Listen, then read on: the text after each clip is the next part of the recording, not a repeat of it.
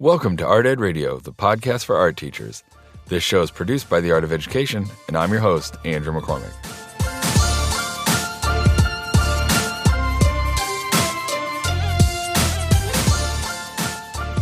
I know we can all identify with the penny pinching blues in the classroom. You know, it's a story as old as time itself. Every single year, it seems like we as art teachers, we see our budgets cut. You know, we got to get out there and beg, borrow, cheat, and steal. Well, okay, I hope you guys aren't resorting to cheating and stealing, but we got to get out there and be creative to ensure that we've got enough quality supplies to last our students throughout the whole year. You know, whether it's hitting up the local stores for some free brown paper bags to draw on or some styrofoam trays to print with, you know, we've all done that one. Or maybe it's just having an open door policy for all sorts of free junk that our students' parents can give us. We're always looking for ways to stretch that budget. So in today's episode, I'll be bringing on my good friend and frequent Art Ed Radio collaborator, Tim Bogatz, to talk all things dinero. You know, right off the top, I know that Tim is going to have a ton of great practical tips for stretching and planning on how to save that money, so I don't want to ramble on too much as I'm prone to do. So let's get right into some specifics. Number one, I want to talk about budgeting tips, tricks, hacks, and just general guidelines on how to get the biggest bang for your buck. Number two, I want to talk just briefly about some common mistakes in budgeting and ordering supplies that we as teachers make, especially if you're a new teacher out there. And then number three, I want to take a weird little side tangent on how budgeting like a boss can actually add some legitimacy to our programs. You know, it's actually kind of an advocacy piece. So I first want to start with some guidelines that I've learned to live by. Spend it all. Use it or lose it. You know, if you have a budget and you are constantly leaving money on the table, your administrator is just going to say next year that your budget can be easily cut. You know, you've got to ask for stuff, big stuff, every single year. You know, fill out the requisition forms, the big ticket items, the special purchases. Do that every single year, even if you're convinced you're not going to get it. Doing this will show your administration team that you're serious about your program and you're serious about getting that new shiny raku kiln or linoleum press. Just do it. I mean, what's the worst thing that can happen? They say no? Another little tip that served me well over the past couple years is keep a running log. You know, just a little clipboard with some paper all year. So when things run out or maybe you forgot to buy something, you can just really quick jot those things down so that when you go to order supplies and materials for the upcoming year, you can kind of look at that cheat sheet and say, boy, we ran out of this, or I didn't buy this, or even, you know, I bought this and it was complete garbage. Don't ever buy this again. Those little notes to yourself throughout the year will really help you maximize your spending potential for that budget the following year. And finally, find a deal with a company that you know you spend a ton of money with and just ask them and tell them like, hey, if you want to keep my business, let's start working out a deal here. You know how I'm going to be spending a lot of money. Ask them for a big discount, you know, 10% off, free shipping, 20% off of every order. You know, those big companies are apt to do that to keep your business and to keep you happy. Every year I budget to spend all of my money, and then I get a 20% discount, and I actually keep that money set aside for all the little things that pop out throughout the year. You know, things that I can go locally to go buy at like a retail store or like a home improvement store. All right, I want to switch gears here a little bit, and I want to talk about some of the common mistakes that I've made in budgeting, and I know other people have made too. Right off the top, ordering way too much of a material that I know is going to go bad. You know, it's got a finite shelf life. So think your paints, think your inks, things that you just know are going to get stinky and funky after a couple years. Why on earth would you buy just gallons and gallons of this stuff? Another really common mistake that a lot of people make is not paying attention to the description. So you thought you were buying 12 of something and you actually bought 12 cases of something. And that happens. And, you know, it's not the end of the world. Hopefully you can find a way to maybe return it to the company, maybe share it with other schools in the district, maybe work out kind of a little barter system. But really, I try to slow down. I try to double check my order to make sure that I'm not buying, 64 cases of something that I won't be able to use. The other big mistake that I've had to learn the hard way is that ordering cheap stuff, it's often cheap because it's substandard quality. And your students' work and their satisfaction and even their comfort and frustration levels may be affected by using some just really crappy materials. So that's one of those things that as you've been budgeting and ordering for a few years, you kind of know okay, this is inexpensive but still quality, and this is inexpensive and it is just pure garbage, and I'm going to stay away, and I'm actually going to invest more money in some better quality materials. And finally, this is a weird little mistake that it really didn't dawn on me until a year or two ago, and that's the great tubes versus jars debate. Now, I think in theory, it's great to think that your students are always going to scrape back all that extra paint, all that extra printmaking ink into those big old jars. But those large jars, they really kind of invite students to just crack them open and use them right as they are. Just paint straight out of that big old jar. They contaminate the paint, and then it's so long white, so long yellow, because they've got other stuff junked up in them. I've actually found that using the jars, while maybe at the end of the period they can't scrape it back, we're not contaminating and wasting as much paint in the long run. So that's one of those things that maybe is a little bit unique to me, but I definitely have seen that buying the jars is definitely the way to go. So finally, I want to talk about advocacy. And I think this goes back to that first idea, the use it or lose it mantra. If you don't speak up, your program and you are actually pretty easy for other people to devalue. My mom always told me that the squeaky wheel often gets the grease, and she's right. She was an educator as well. Pretty smart lady. Shout out to my mom there. It's not whining. It's not bragging. If you need something, more money, more material, ask for it.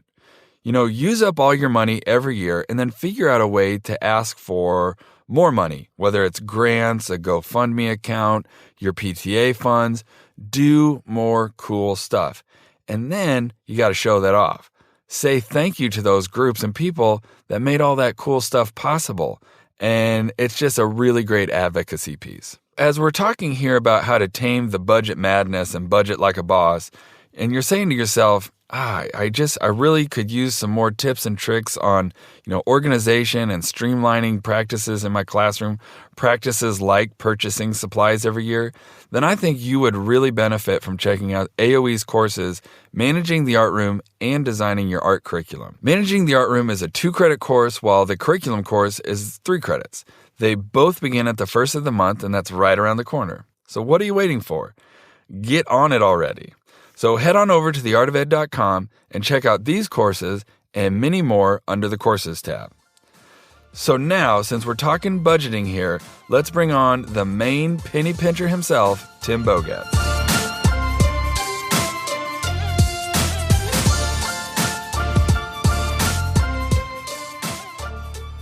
All right, Tim, thanks for joining me tonight, man. How you doing? I am doing well. I am excited to talk money and budgeting like a boss. So let's do this.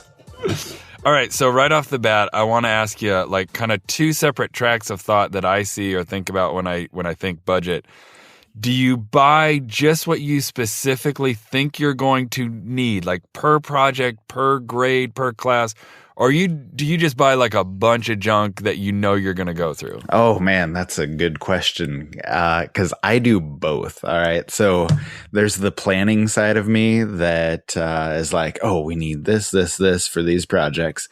And then there's the other side of me that is this looks really fun. Oh, we haven't done this in a few years. I need to try this. And, you want to have all those supplies out there because you and I have talked before about how we change projects every year, what percentage of our projects switch up from year to year. It's a huge percentage.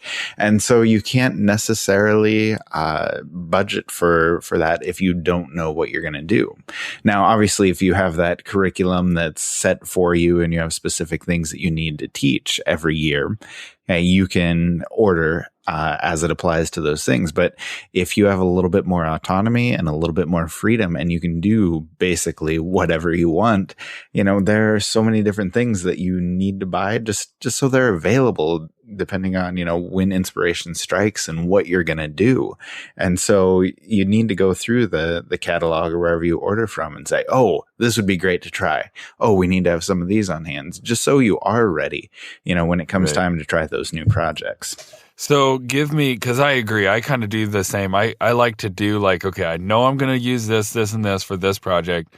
But then it's also like, God, I know I always end up going through a bunch of that, especially, being kind of on the choice spectrum. You kind of don't know how much you're going to use, but you're going to use enough, so you better cover it. But what are those things that you find you always are just like, can't get enough of it? I'm always just going to buy a bunch of it. Maybe something that's weird and unusual that you wouldn't think art teachers would normally buy a bunch of. Oh, for me, we do a lot of colored pencil work in my classes. And so you always need a bunch of extra black, a bunch of extra white, and a bunch of those like colorless blenders that blend colored pencils together. I can never have enough of those. And I love drawing materials like those huge graphite crayons and blending sticks and really nice drawing pencils. Like I can never get enough of those, and erasers too. Like I feel like keeping track of erasers is like the bane of art teachers' existence. Yeah. And so, you can never have enough erasers.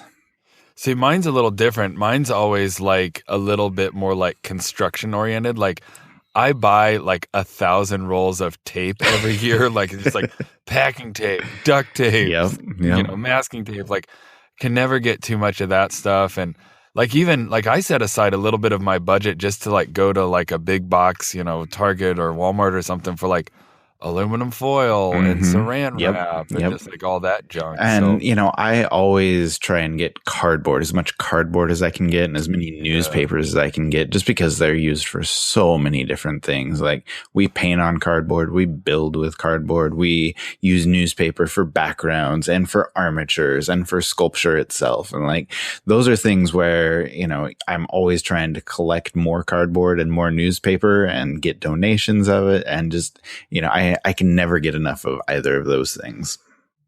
Okay, so that brings me to a point I want to ask you about, because there's pros and cons to that. The freebies, the scavenge stuff, the collecting it from the community. Is that stuff worth it? Is it a total budget saver, or can it be kind of like a storage nightmare and kind of a pain in your butt to have all that stuff? It can definitely be a pain in the butt, but I have never said no to a donation, just because I'm afraid that eventually like donations will dry up, where somebody will be like, oh, he didn't want that. Oh, he didn't want that. And then all of a sudden like stuff's going to quit showing up. So I always say yes. When he's like, can you use this? Do you want this? And maybe I will, maybe I won't, but I like having those things on hand. And I think it's really cool when you get freebies and, just say, hey, here's 1,000 toilet paper rolls. And then you have to decide, like, what am I going to do with 1,000 toilet paper rolls? And, maybe you come up with a really good sculpture for it, or maybe they just go straight to the recycling bin. But I always say yes, just because there is that fear in the back of my mind that, if I don't accept these, people are going to not want to give me more stuff. So I'm always collecting. Oh, Tim, you're like, my heart just grew like 2 sizes. I think you're like kind of a closet hoarder here. Like, I thought it was just me. I think we both got a little bit of the hoarding in us there. Well, I do have to have spots to like put it so it's out of the way so we can't see it. So, I mean, it's not overtaking my room by any means. Like, I don't deal well with that. Oh, okay. So yes, my room's a lot worse than that. It's like, okay, step over that pile of junk, and then you see that pile of junk, it's under that one. I can see that. Like if I, imagining like your personality in your classroom, that's absolutely what I visualize. Yeah, it's one of these days I'm gonna have to have you over and just, it's crazy sometimes, but crazy good. So this gets me also kind of thinking about, both of us have been teaching for a while. What are some of your biggest budgeting hacks, things that you've kind of developed over the years, little tips and tricks to like stretch that money to go even further? Okay. I have a couple that I kind of like here. Number one, this is good because it's political season.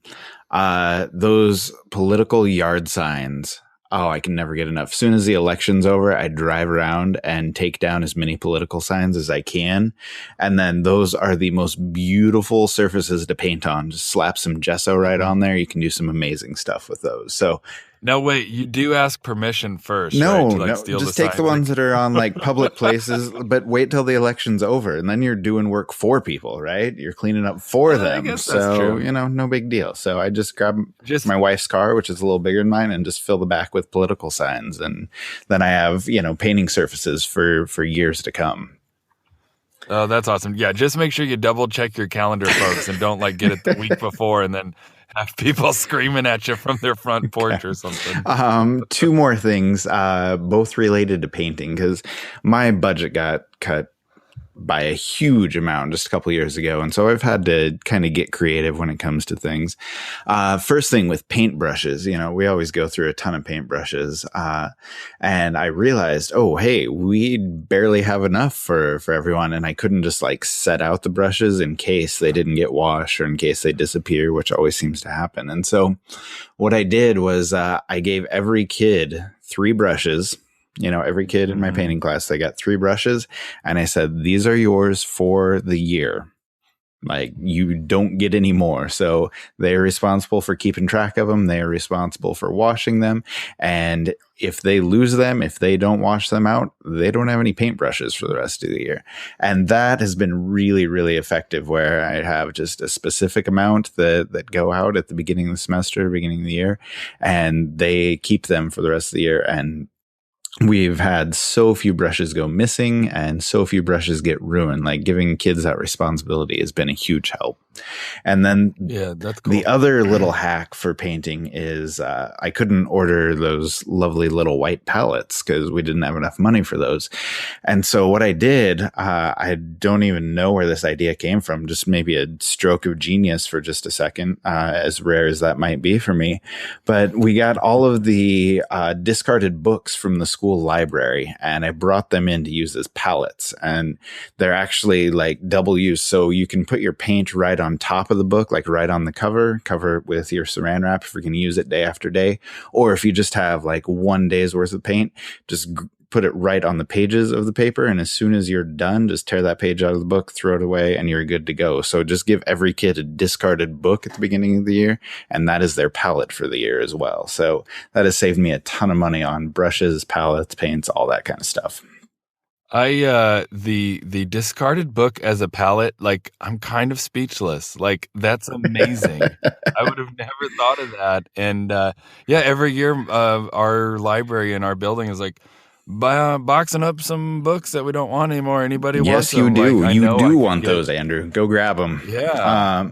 Well, I don't know if I have room, dude. I would have to move some piles of books around to get more junk up in there. That's good. Well, yeah, but like, I always show that to my kids. All right, like, guys, here's a book. Here's how we're going to use it. And they're just like sort of speechless for a minute. And they're just like, whoa, that's really brilliant. And it's not that brilliant, but it is really effective. So if you can get your hands on that, go for it.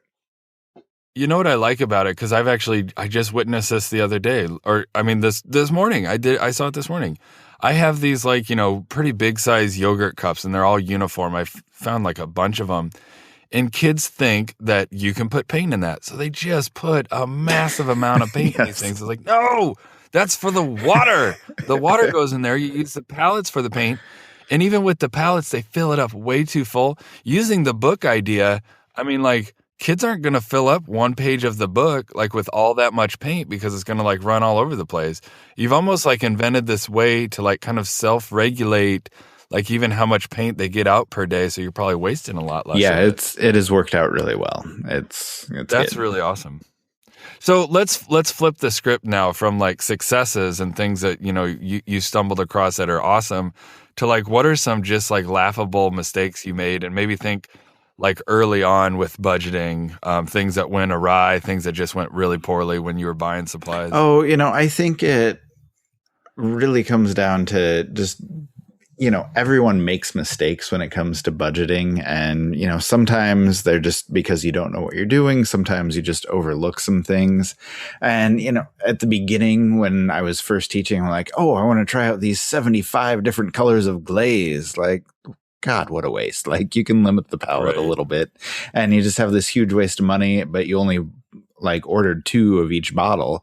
And so as soon as, like 6 pots get glazed, kids want more of that glaze. They're like, oh no, but we have these other 70 colors that you could try. And it really Right. just doesn't work out that well. One thing that happened last year, my colleague was in charge of ordering this, and she meant to order 24 like handheld pencil sharpeners, and she accidentally ordered 24 boxes of 24 handheld pencil sharpeners.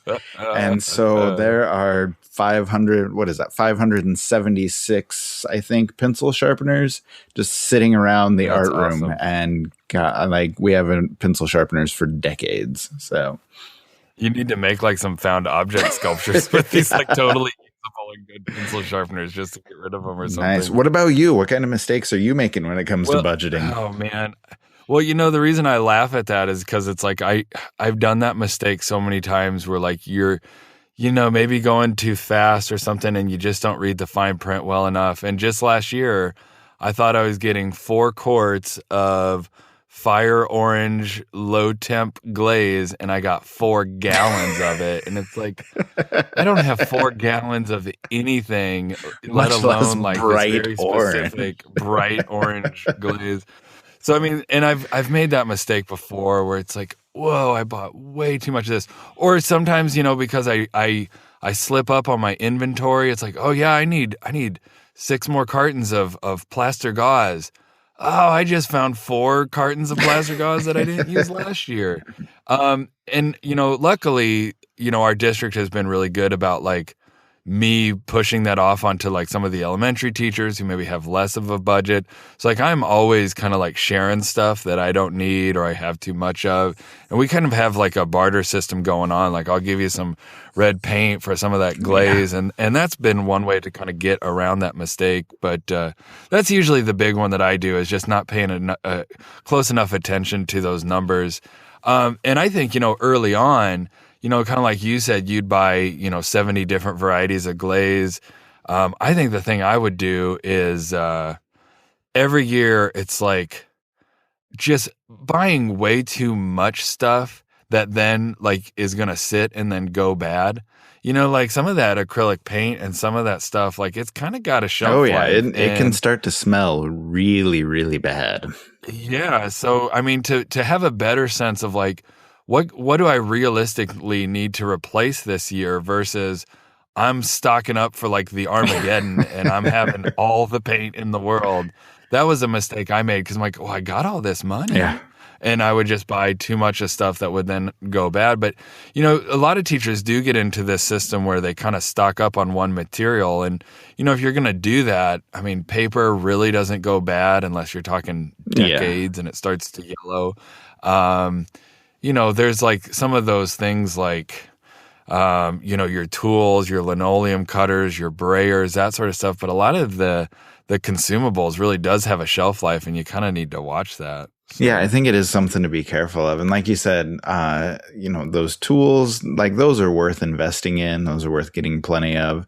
But yeah, you kind of need to watch it. Like, I'm never going to go through 80 bottles of paint, even if it is the beautiful, like fire orange, like your glaze is. But, you do need to kind of keep track of how much you use. Like, I've noticed over the years how I use a lot more white paint because apparently kids love tints of everything. Right. So, you kind of need to adjust your ordering as it goes. And sometimes that can take a couple years to kind of figure out exactly how much of everything you can do. But once you get on top of that, it really is worthwhile to try and get specific with how much you're going to use of any of those consumables. So another big mistake that I bet people come up with, and this kind of comes back to like 2 different ways of thinking about it. Inexpensive materials. Do you think that they are just like a good bargain, or do you often get like what you pay for and you've now bought a bunch of this like substandard junk thinking that you were gonna save a few bucks? What's been your experience with that? I hate cheap materials. And part of that is like, I'm very big into Montessori education, and a big part of Montessori is giving kids quality materials to work with. And, that's sort of what started with me. But then, I realized when I have these high schoolers that are, going for scholarships, going for AP credit and all this stuff, like, I can't give them Crayola colored pencils. Like, you need to find quality materials so kids can create quality work. So, with elementary, back then it wasn't that big of a deal. But when I moved to high school, I really focused on quality materials, and I would rather have fewer of something that is high quality than just a plethora of cheap crap that makes it very difficult to create good work. And I think each teacher is going to discover, like, with what materials they feel like they can kind of get lesser quality stuff and still be okay. And then there's some stuff where it's like, no, you end up getting like brand loyalty, because you realize you sometimes get what you pay for with the sort of cheaper stuff. Yeah, absolutely. Well, so I want to ask you one last question, and this one might be kind of a little tough, but this conversation is just really, really practical, but I want you to think about like how budgeting and budgeting well actually in a weird way lends itself to like advocacy, using up your budget, showing that you need this money. This is a pretty serious thing. I mean, like, if you do a poor job of budgeting, your kid's artwork and your kid's program is going to suffer. So I know this is a big setup, but like, do you have any sort of like mantras or guidelines or just sort of like MOs that have like guided you on like having a successful budget plan every single year? Some takeaway tips that we've got? Oh, I think, like I said, it kind of comes with experience to figure out exactly what you're going to need, what you're going to order. But every once in a while, I try and talk my administrators into like, I need extra money for this. I need extra money for that. And, number one, don't be afraid to fight for that. Like, always, try and go for something big. If you get shot down, you get shot down. It's whatever. But, if you can get something extra or get something really, really cool for your kids, then that's awesome. But then once that happens, always let the administrators know that you've put it to good use. Like, show them the work that you've created with that. Like, hey, remember last year when I wanted to spend $200 on that? This is what we've created out of it. This is what our kids have learned. And, just make sure that you can justify what you're doing with that money and be willing to show administrators, like, here's where money is going, and this is the work we're creating with it. And if you can show good quality work that comes from the money that's being spent, then that reflects really well on your program. Really well put. And mine really follow along the same lines. That, I always tell people, spend it or lose it. Like, if you have a budget of $4,000 and you repeatedly are spending $3,000, your administrator is going to say, I guess they only need $3,000. So like, you better spend like every penny of that money to show that you're doing quality work. And the other one is, I've always said the squeaky wheel gets the grease. And like, sometimes you just got to be like, I need more money. I need more stuff. Otherwise, like, you're not going to get it, and that goes to what you're saying about really speaking up for yourself. Yeah. Never be afraid to ask. Yeah. I mean, what's the worst they can do? Say no, right? Exactly. Well, hey, man, thanks for the good tips and tricks. I'm going to go get some abandoned books and start painting with them. That's awesome. Good luck with that. Sounds good. All right. Thanks, dude. So there you have it, folks. Get out there and get some junky books and save that money on buying pallets. Seriously, though, Tim had so many great ideas and resources for how to budget and save. So for real, get out into your classroom and go take an honest inventory of what you need, what you have deficiencies in with your materials, even do an inventory on how you are wasteful with your materials. Think about what can you get for free? What can't you live without? And then make a plan and keep track of how much money you've got and how you're going to start spending it. And what are you going to do then to take it to the next level and even start thinking about how your budget and your money and your purchasing power is actually an advocacy tool for your program? And don't forget, be the squeaky wheel.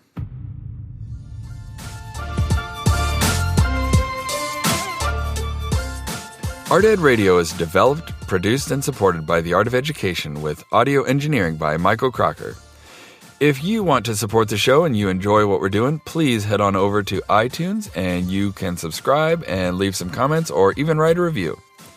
New episodes of Art Ed Radio are released every Tuesday, and additional content can be found under the podcast tab on theartofed.com. All right, thanks for listening.